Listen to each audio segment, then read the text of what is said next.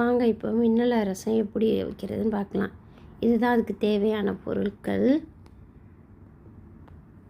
புளி, தக்காளி, இதான் மின்னலை, இது பருப்பு தண்ணி, மிளகு, ஜீரகம், கருவேப்பிலை, பூண்டு, காஞ்ச மிளகாய், மஞ்சத்தூள். இது எல்லாத்தையும் மிக்சியில் போட்டு கொரகொரப்பாக இடித்து வச்சுக்கோங்க.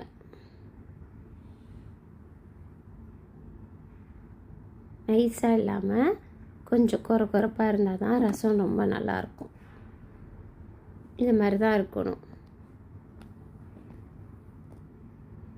பார்த்திங்களா, இப்படி நரன்னு இருக்கணும். இப்போ பூண்டை இடித்து வச்சுக்கோங்க ஒன்றும் பாதியமாக.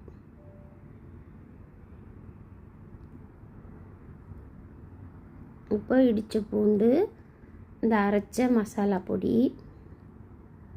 இப்போ வாங்க இப்போ தண்ணியில் புளியை போட்டு கரைச்சி வச்சுருக்கோம்.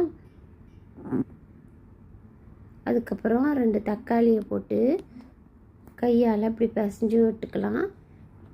இல்லை மிக்சியில் போட்டு கொஞ்சம் கொரகொரப்பாக அடித்தும் போட்டுக்கலாம்.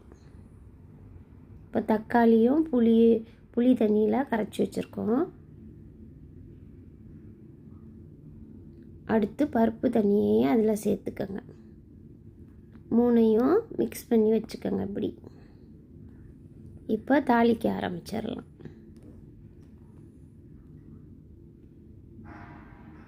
சட்டி அடுப்பில் வச்சு கொஞ்சம் எண்ணெய் விட்டு, 1 ஸ்பூன் எண்ணெய் விட்டு, கடுகு கொஞ்சம் போட்டு பொரிஞ்சதும்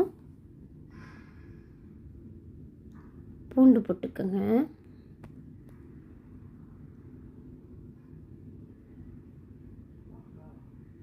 பூண்டு போட்ட உடனே இந்த நான் கொரன்னு வச்சுருக்கிற அந்த மசாலா பொடி, ரசப்பொடியையும் அதில் போட்டுக்கோங்க.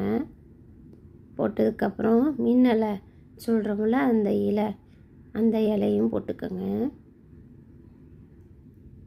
போட்டு 2ஐயும் லைட்டாக வதக்கி விட்டுக்கோங்க. அது கூட கொஞ்சோண்டு பெருங்காயத்தூளும் சேர்த்துக்கோங்க.